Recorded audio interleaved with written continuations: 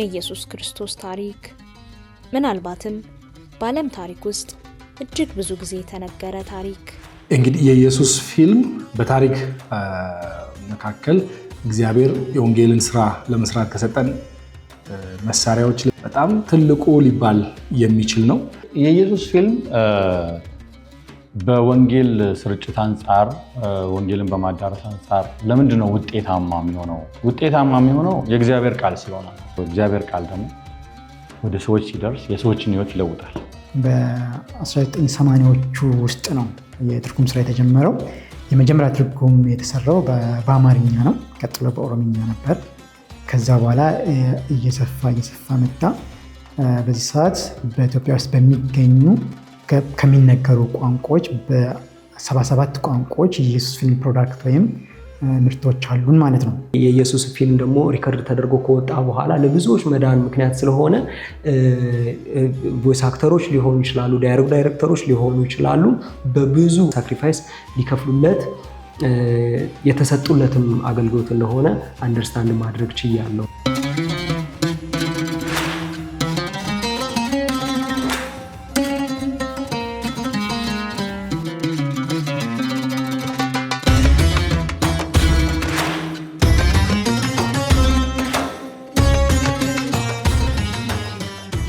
የኢየሱስ ክርስቶስ ታሪክ ምናልባትም በዓለም ታሪክ ውስጥ እጅግ ብዙ ጊዜ የተነገረ ታሪክ።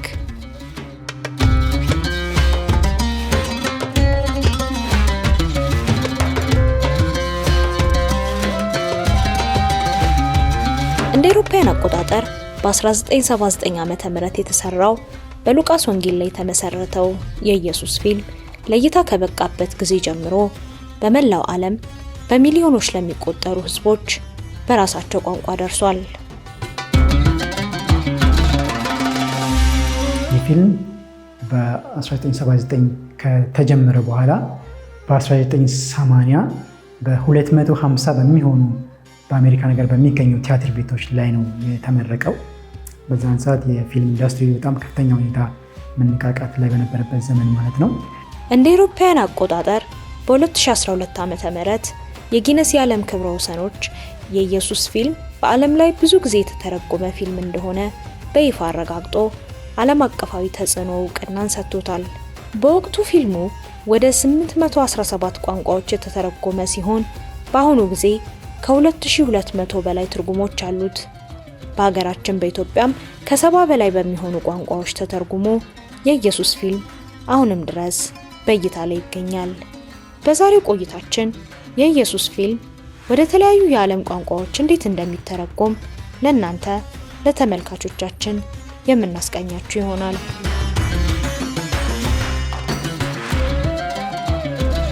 እንግዲህ የኢየሱስ ፊልም በታሪክ መካከል እግዚአብሔር የወንጌልን ስራ ለመስራት ከሰጠን መሳሪያዎች ልበለው ወይም ደግሞ ስልቶች መካከል በጣም ትልቁ ሊባል የሚችል ነው።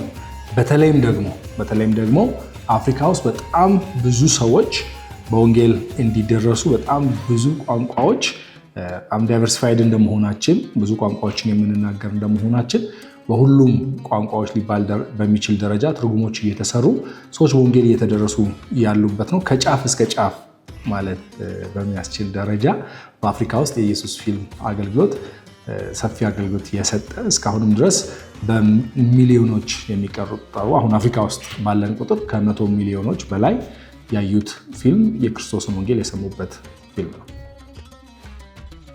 ለመጀመሪያ ጊዜ ከአሜሪካ ውጭ ታየው በህንድ ነበረ። በዛን ሾው ላይ ወደ 21 ሚሊዮን ሰዎች ፊልም ተከታትሎ ነበረ። ከዛ በኋላ እንግዲህ እየሰፋ መጣ። ፊልሙ በተለያዩ ሀገሮች ላይ እንዲተረጎም ተደረገ።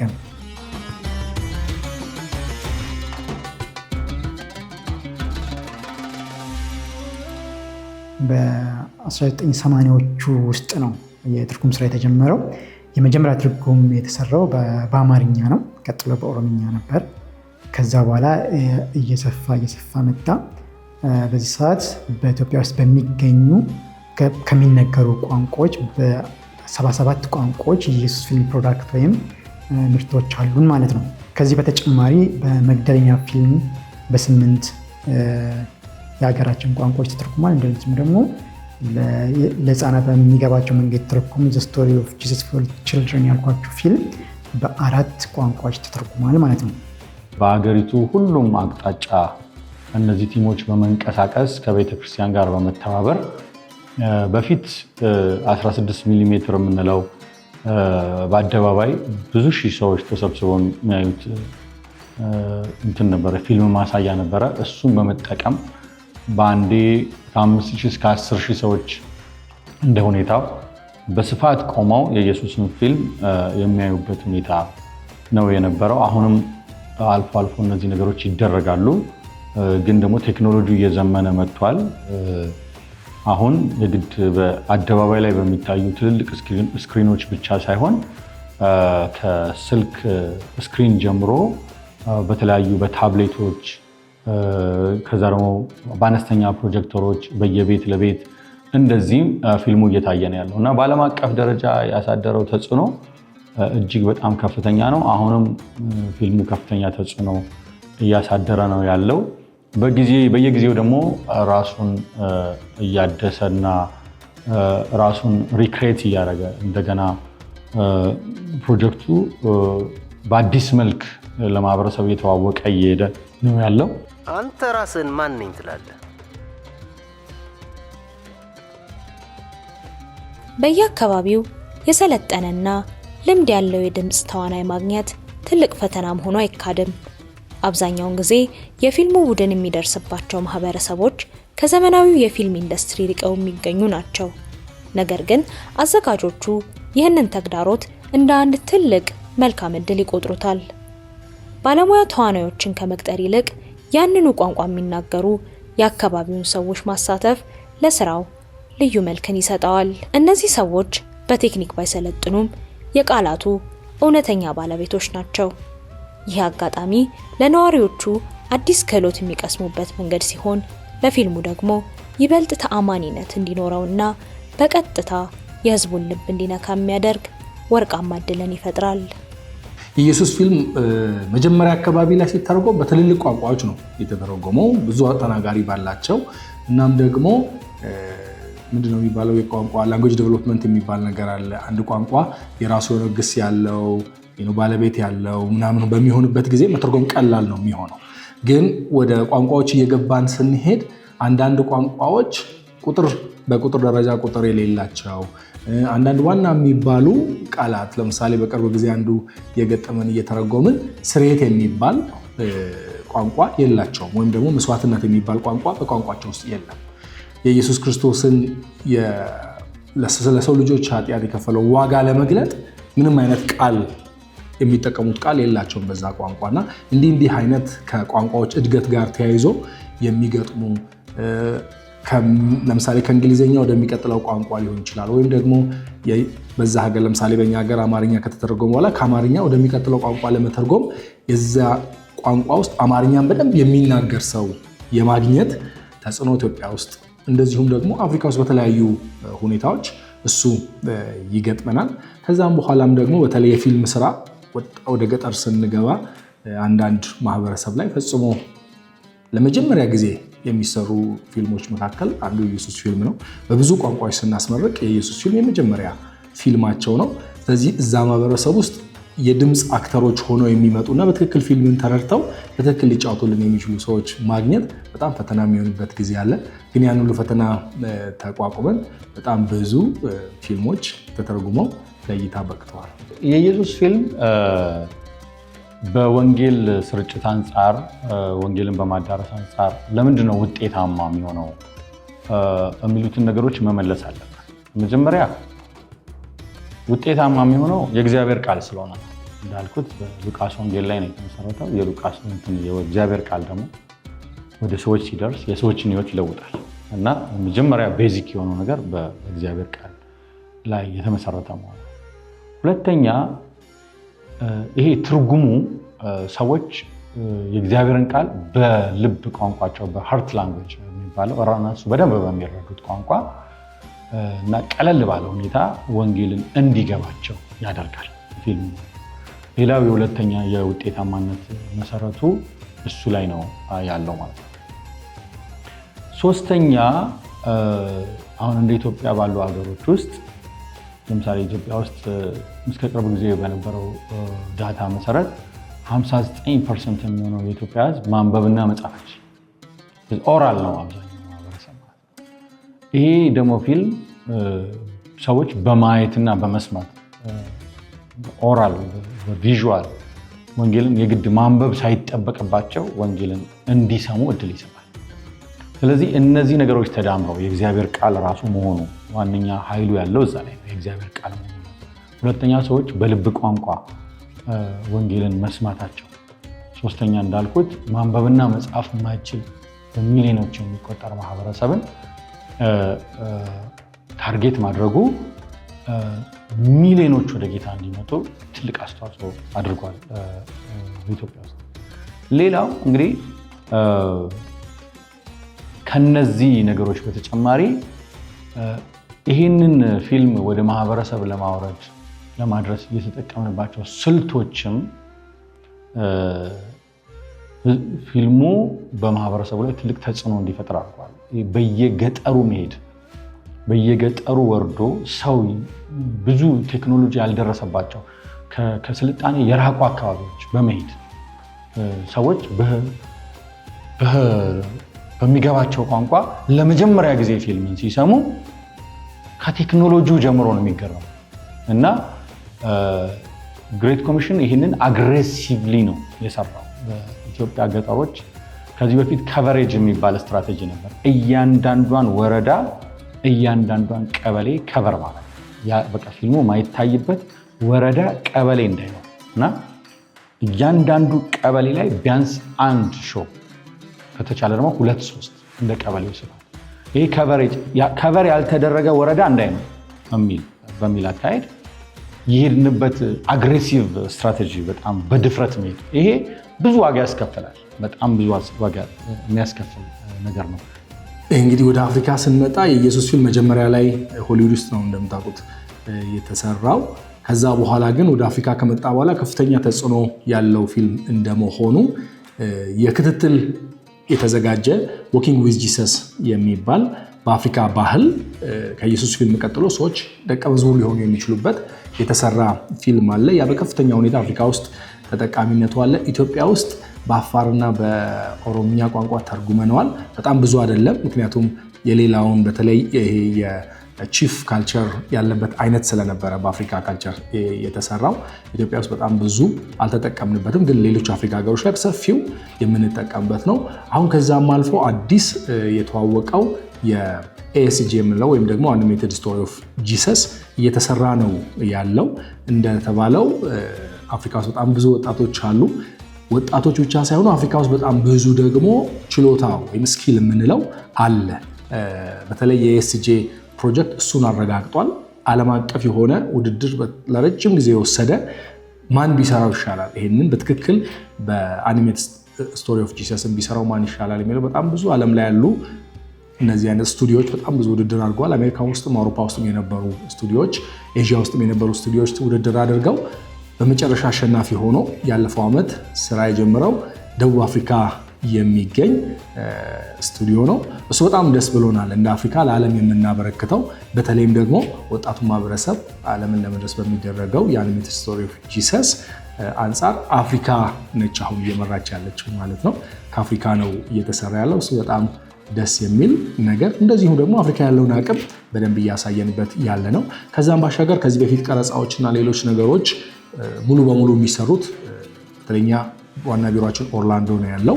የኢየሱስ ፊልም ካሊፎርኒያም ሌላ ቢሮ አለው። ከሁለቱ ቢሮዎች ነበር እየተሰራልን የሚመጣው። አሁን ግን እዚህም ኢትዮጵያ ላይ አፍሪካ ውስጥም ወደ 12 የሚሆኑ ቡድኖች ሰልጥነው ራሳቸው ቀረጻውን የሚያካሂዱበት አቅም አፍሪካ ውስጥ መገንባት ተችሏል። በጣም ጥቂት ብቻ ነው አሁን ከሌላው ዓለም ከአውሮፓም ይሁን ከአሜሪካ ሰዎች እየመጡ አፍሪካ ውስጥ የሚቀርጹትና የአፍሪካን አቅም ለማሳደግ ወይም ደግሞ በራሳችን በአፍሪካውያን አቅም ይህንን እንቅስቃሴ ወደፊት ለማስኬድ የሚደረገው ጥረት በጣም ከፍተኛ ነው።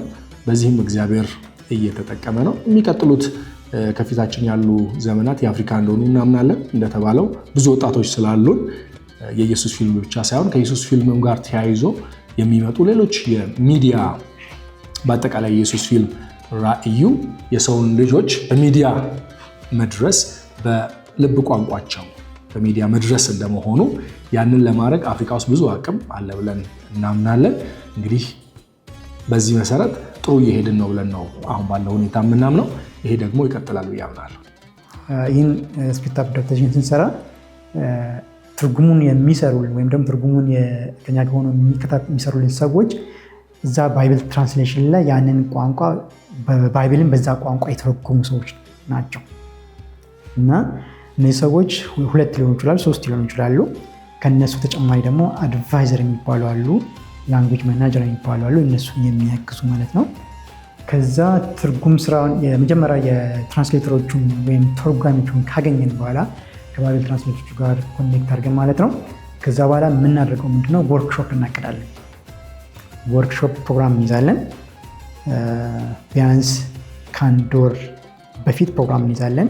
ቦታ እንመርጣለን። ወርክሾፕ የሚደረግባት ቦታ በጣም ሳይለንት ሆነ ቦታ መሆን አለበት። ብዙ ሰዎችን መያዝ የሚችል ቦታ መሆን አለበት። በመሀል ቀረጾች ይኖራሉ፣ ትርጉም ስራ በሚሰራበት ጊዜ ማለት ነው። ትራንስሌሽን ስንሰራ የቀድሞ የተተረጎሙ ቋንቋዎችን እንደ ሪፈረንስ እንጠቀማለን። እንደዚሁም ደግሞ ሶርስ ላንጉጅ የምንላቸው ለምሳሌ ሶርስ ላንጉጃችን በዚህ ሰዓት የምንጠቀምበት አማርኛችን ነው። ምክንያቱም ኦልሬዲ አማርኛ ቀድሞ እጃችን ላይ ስለገባ ማለት ነው። ከዛ በፊት ግን በእንግሊዝኛ ነበር ሶርስ ላንጉጅ። እነዚህ ሁሉ በደንብ እናዘጋጃለን። እነዚህ የሚተረጉሙ ሰዎች ምናልባት እነሱ የሚመቻቸው ወይም ደግሞ በደንብ የሚችሉትን የጎረቤት ቋንቋ ወይም ደግሞ ማርኬቲንግ ላንጉጅ የምንላቸውን እናስመርጣቸዋለን። ለምሳሌ አካባቢያቸው ላይ አማርኛ የምንነገር ከሆነ አማርኛ ነው የሚጠቀሙት፣ ወይ ጉራግኛ የምንነገር ከሆነ ጉራግኛ የሚጠቀሙ። ያን እየሰሙ የእነሱን ቋንቋ ደግሞ እያዩ ሁለቱንም እያመሳከሩ እንዲያዩት እናደርጋለን መጀመሪያ። ከዛ ሙሉ ፊልም እንዲያዩ እናደርጋቸዋለን በዛ በሚገባቸው ቋንቋ ማለት ነው። ከዛ በኋላ ወደ ትርጉሙ እንሄዳለን ማለት ነው።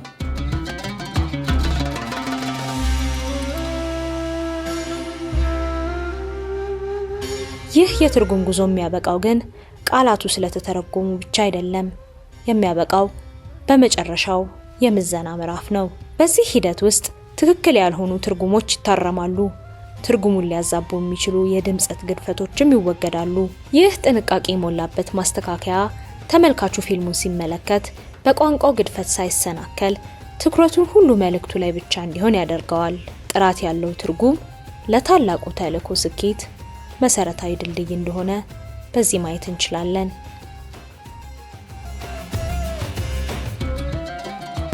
ወርክሾፕ ላይ የሚያግዙን ሰዎች አሉ። ትራንስሌተሮች አሉ፣ አድቫይዘሮች አሉ፣ ላንጉጅ ማናጀሮች አሉ፣ ኮንሰልታንቶች አሉ እና ይህ ትራንስሌሽን ወርክሾፕ 15 ቀን ነው የሚፈጀው። ከሰኞ እስከ ዓርብ 2 ቅዳሜና እሁዶችንም ጨምሮ በእነዚህ ጊዜ ውስጥ ማለቅ ይኖርበታል። ልክ እነዚህ 15 ቀናት ውስጥ ካለቀ በኋላ ኮሚኒቲ ቼክ የሚባል አለ። ኮሚኒቲ ቼክ ማለት ይህ የተተረጎመውን የኢየሱስ ፊልም ወይም ደግሞ ወደዛኛው ቋንቋ አዳፕት ያደረግነውን ስክሪፕት ትራንስሌተሮች ይዘው ወደ ኮሚኒቲው ይገባሉ።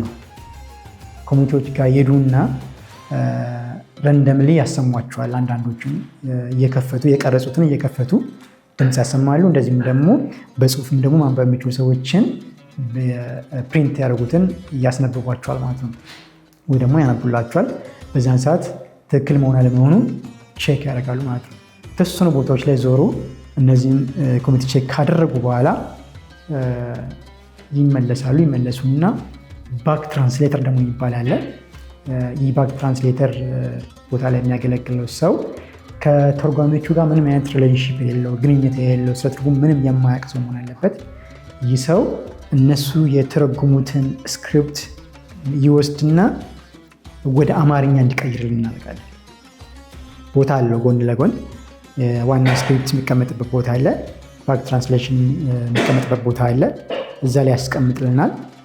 ከዛ ኮንሰልታንት ቼክ የሚባል ደግሞ አለ። ሁለተኛ ዙር ወርክሾፕ ይኖራል ከ1 ወር በኋላ ማለት ነው። በዚህ 1 ወር ውስጥ ወርክሾፑ ካለቀ በ1 ወር ውስጥ ኮሚኒቲ ቼክ እና ኮንሰልታንት ባነው ባክ ትራንስሌሽን ማለቅ ይኖርበታል። እነዚህ ሁለቱም ተጠናቀቁ ዳግም እንገናኛለን። እዛ ወርክሾፕ ባደረግንበት ቦታ ላይ ድጋሚ ለ5 ቀን እንገናኝና ኮንሰልታንት ቼክ ያደርጋል ማለት ነው። ኮንሰልታንት በሙያ ባለሙያ ስለሆነ ፕሮፌሽናሊ ቼክ ያደርጋል ትራንስሌሽኑ ልክ መሆን አለመሆኑን ቼክ ያደርጋል ማለት ነው። ኮንሰልታንት ቼክ ካለፈ በኋላ ሪቪው የሚባል ነገር አለ። እንደገና ኮሚቴዎች አሉ። ሪቪው ኮሚቴ የሚባለ ከቋንቋ ተናጋሪዎች ከ5 እስከ 10 የሚሆኑ ሰዎች ይመረጡና ቁጭ ብሎ ደግሞ ይገመግሙታል። እነሱ አፕሩቭ ካደረጉ በኋላ ወደ ቀረጻ ይተላለፋል ማለት ነው። የምንጠቀመው ሶፍትዌር አንደኛው ሶፍትዌር ብዙ ቦታ የሚገኝ እና ፌመስም ሶፍትዌር ነው። ሪፐር ይባላል። ብዙ ሙዚቀኞች ሙዚቃን ሪከርድ ለማድረግ ይጠቀሙበታል። እኛም ኦዲዮን ሪከርድ የምናደርገው ሪፐርን በመጠቀም ነው። ነገር ግን ለጂሰስ ፊልም ሲሆን እንዴት ነው? እያንዳንዱ ቮይስ አክተር የራሱ ቴምፕሌቶች ይኖሩታል። አሁን ለምሳሌ ፒተር ቢሆን ፒተር የሚናገራቸው የተለያየ ቦታ ላይ ስለሆነ የፒተር ብቻ እየተቆራረጠ ወጥቶ ፒተር ብቻውን እንዲል የተዘጋጀው ቴምፕሌቶች አሉ ማለት ነው። ከዛ ደግሞ ባሻገር እያንዳንዱ ቮይስ አክተር ለየብቻ የየራሱን ፓርት ነው የሚለው። አሁን ለምሳሌ ጂሰስ 155 ሉፖች አሉት፣ ናሬተር 106 አለው። እንደዚሁም ሌሎቹ 25 ያላቸው አሉ፣ ብዙ ያላቸው አሉ እና እነዚህ ለየብቻ ተበታትነው የተሰሩት ኦዲዮዎች አንድ ላይ ደግሞ ሚክስ የሚያደርግ ደግሞ ሮቦት የሚባል አለ። የተለያየ ሳውንዶችን ደግሞ የሚያስተካክልና ባላንስ የሚያደርግ አለ። ሌላው ኦልሬዲ በዚህ ሶፍትዌር ሪከርድ የተደረገውን ደግሞ ሲንክ የሚያደርግ አለ። ሌላው ምንድነው? ኦልሬዲ ሪከርድ የተደረጉት ተበታትነው ሪከርድ የተደረጉት ደግሞ በአንድ ላይ ሚክስ ተደርጎ ሰዎቹ ለሪቪው ኮሚቴ ይቀርባል። እዛው ሪከርድ የተደረገበት ቦታ ላይ ያ 1 ሳምንት ሊሆን ይችላል፣ 5 ቀን ሊሆን ይችላል ፈጅቶ ሪከርድ የተደረገው ቮይስ አክተሮቹ ባሉበት ዲያሎግ ዳይሬክተሮች፣ ሌሎች ደግሞ ሰዎች ይሰበሰቡና እንዲያዩት ይደረጋል እና ያ እንዲያዩት እንዲደረግ የሚረዳው ሮቦት ነው። በነዛ በሮቦቶች ነው የሚሰሩት ማለት ነው እና እነዚህ አይነት ሶፍትዌሮችን ነው የሚጠቀመው። ዳይሌክት የሚባሉ ነገሮች አሉ። የቋንቋ ሲተረጎም ለምሳሌ በአንድ ቋንቋ ውስጥ ብዙ ዳይሌክቶች ሊኖሩ ይችላሉ። ስለዚህ እነዚህ ተርጓሚዎች አንዱ ወደሚፈልገው የመሳብ ነገሮች ይኖራሉ። እነዚህ ነገሮች ትንሽ ቻሌንጅ ይሆኑብናል። እኛ ግን በተቻለ መጠን ሁሉም ሰዎች አንደርስታንድ ማድረግ በሚችሉት መንገድ ትርጉም እንዲካሄድ ኢንካሬጅ እናደርጋለን። በዛ መሰረት እንሰራለን። የኢየሱስ ፊልም መንፈሳዊ ቢሆንም ስቲል ፊልም ነው እና እያንዳንዱ ድራማቲክ ፓርቶች በደንብ ኤክስፕረስ መደረግ መቻል አለባቸው። ምክንያቱም ሰዎች ኢንጌጅ አድርገው ከፊልሙ ጋር መልእክቱን በደንብ እንዲያስተውሉት ስለሚረዳቸው ማለት ነው። ነገር ግን ፑርሊ ከሆነ የተሰራው ድራማው ሰዎች ከሀሳብ ውስጥ ይወጡና እንዴት ጥሩ እንዳልተሰራ እያሰቡ ዋናው መልእክት ያልፋቸዋል። ስለዚህ በተቻለን አቅም በደንብ ፎከስ አድርገን ድራማቲክ የሆኑ ፓርቶች ድራማ ፓርቱ በደንብ ኤክስፕረስ እንዲደረግ ጥረት እናደርጋለን እና አንዳንድ ጊዜ ያለው ቻሌንጅ ምንድን ነው? ከሰዎቹ ጋር የምንግባባው ከቮይስ አክተሮቹ ጋር የምንግባባው በዲያሎግ ዳይሬክተሮቹ በኩል ነው እና ዲያሎግ ዳይሬክተሮቹን እንደዚህ እንዲያደርጉ ንገሯቸው ብለን ቋንቋውን እንግሊዝኛን የሚረዱት እነሱ ስለሆኑ በእነሱ በኩል ወይም ደግሞ አማርኛም ቢሆን አማርኛ የሚናገሩት እነሱ ስለሆኑ በእነሱ በኩል ነው ቮይስ አክተሮችን የምናገኘው እና እኛ የነገርናቸውን ያህል ወደ እነሱ ትራንስፈር አይሆንም ወይም ደግሞ እኛ የነገርናቸውን ያህል እነሱ ኤክስፕሌን አያደርጉትም እና እሱ ትንሽ ቻሌንጅ ያጋጥመናል። ስለዚህ በተቻለን አቅም በቃ ይሄ የለቅሶ ፓርቱን ላይክ ሳቅ ፓርቱን አጋንንት ፕሮሰስ ያደረገው ሰው የሚሆነውን ሁሉ እኛ ኤክስፕረስ እያደረግንላቸው እኛም ፎሎ እንዲያደርጉ ጥረት እናደርጋለን።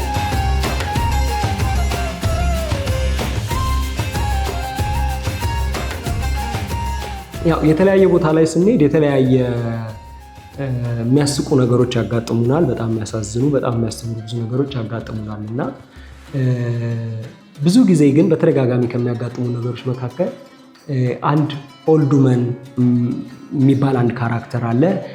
ኤልዛቤት ወይም ኤልሳቤጥ የሚባል አንድ ካራክተር አለ። አዛውንት ሴቶች ናቸው የሚሰሩት ማለት ነው እና በተቻለ አቅም ቮይስ አክተሮችም ሲመረጡ ቪዥዋሊ ከሚታየው ጋር ተመሳሳይ እድሜ ያላቸውን ሰዎች ነው የምንመርጠው እና ብዙ ጊዜ ኤልሳቤጥን የሚጫወቱት ሴት ሌላ ደግሞ አንድ ፓርት አላቸው ኦልዱመን የሚባል ማለት ነው እና እዛ ላይ ጌታ ኢየሱስ ወደ መስቀሉን ተሸክሞ ሲሄድ ተሰቃይቶ ሲወድቅ አንድ ሴት አሉ መጥተው ጌታ ሆይ ይህንን ውሃ ጠጣ እያሉ ደረታቸውን የሚደቁ አንድ ሴት አሉና ሁልጊዜ ኦልሞስት ሁልጊዜ ማለት እንችላለን ይህንን ፓርት የሚጫወቱት ሴቶች በቃ ኦልሞስት እያለቀሱ ደረታቸውን እየደቁ ነው የሚጫወቱትና እሱም ፓርት አስታውሳለሁ። ኦልሞስት ሁሉም ቦታ ላይ ኮንሲስተንትሊ እንደዛ ያጋጥመናል። ከዛ ሌላው አንዳንድ ጊዜ በጣም በቃ ቮይስ አክተሮቹ ድራማውን ለማምጣት ይቸገራሉ። የሳቅ ፓርትን ለማምጣት በጣም ይቸገራሉ እና ሳቅ ዩኒቨርሳል ስለሆነ እኛ እየገባን ልንስቅ እንችላለን። አንዳንድ ፓርት አንድ አብሮን የሚያገለግል ጓደኛችን ይሄ በአጋንንት ፖሰስ የሆነውን ፓርት እሱን ላይክ ድራማውን መስራት ስላለበት እሱን እየገባ እንዲሰራ እናደርጋለን። መስቀል ላይ ተሰቅሎ ያለው ፓርት ትንሽ አስቸጋሪ ነው። እሱን ፓርት ላይክ ይሄ እሱን ለማምጣት ጥረት ይደረጋል እና ሪከርድ ከማድረግ ባለፈ አንዳንድ ጊዜ ድራማውንም ደግሞ እንድንተውን እንገደዳለን እና እሱን አስታውሳለሁ። ሌላው በጣም ማረሳውና በጣም ትልቅ ትምህርት የተማርኩበት እና ደግሞ ኢምፓክቱንም አንደርስታንድ እንዳደርግ ከረዳኝ ነገር አንድ ጊዜ በኑባ ማውንቴን ውስጥ ያለ አንድ ቋንቋ አለ፣ ሱዳን ውስጥ ማለት ነው። አሌ ይባላል እና ያ ቋንቋ ረጅም ጊዜ ተተርጉሞ እየጠበቀ የነበረ ቋንቋ ነው እና በግጭት ምክንያት ሱዳን ውስጥ ማድረግ ስላልተቻለ ሳውት ሱዳን ውስጥ ነበር ያደረግነው እና ዲያሎግ ዳይሬክተር ከሆኑት መካከል አንድ ኡመር የሚባሉ ሰው ነበሩ። በጣም አዛውንት ሰው ናቸው እና እሳቸው የኩላሊት እክል አለባቸው ወይም ደግሞ የኩላሊት በሽታ አለባቸው እና በየሳምንቱ ባልሳሳት በየ3 ቀኑ ዲያሊሲስ ይሰራሉ እና ዲያሊሲስ ተሰርተው ሲመጡ በጣም ደክመው ነው የሚመጡት እና ላይክ ለመቀመጥ ይቸገራሉ እና እባክዎት ላይክ ልጃቸው ነበረ እና ሌሎች ሰዎች ስላሉ እነሱ ዲያሎጉን ዳይሬክት ያደርጋሉ። ስለዚህ እባክዎት እርስዎ እቤት ይሁኑ ወይም ደግሞ ሆስፒታል ይቆዩ እንላቸዋለን እና በፍጹም ነበር የሚሉን እና ይሄ ፊልም ተተርጉሞ በሀገሬ ሰዎች አሌ ቋንቋ በሚናገሩ ሰዎች ከደረሰልኝ እኔ ዛሬ እንኳን ብሞት ደስተኛ ነኝ እያሉ ይናገሩ ነበርና ያለው ኢምፓክት ይሄ የኢየሱስ ፊልም ደግሞ ሪከርድ ተደርጎ ከወጣ በኋላ ለብዙዎች መዳን ምክንያት ስለሆነ ቮይስ አክተሮች ሊሆኑ ይችላሉ፣ ዳይሬክት ዳይሬክተሮች ሊሆኑ ይችላሉ። በብዙ ሳክሪፋይ ተደርጎ የሚሰራውና ምን አይነት ከባድ አገልግሎት እንደሆነ ሰዎች ምን ያህል ሳክሪፋይስ ሊከፍሉለት የተሰጡለትም አገልግሎት እንደሆነ አንደርስታንድ ማድረግ ችያለሁ እና እሱን አስተውላለሁ እና ከሚገርሙኝ ትዕይንቶች መካከል ወይም ካጋጠሙኝ የሚገርሙ ነገሮች መካከል አንደኛው ማረሳው ይሄኛው ነው።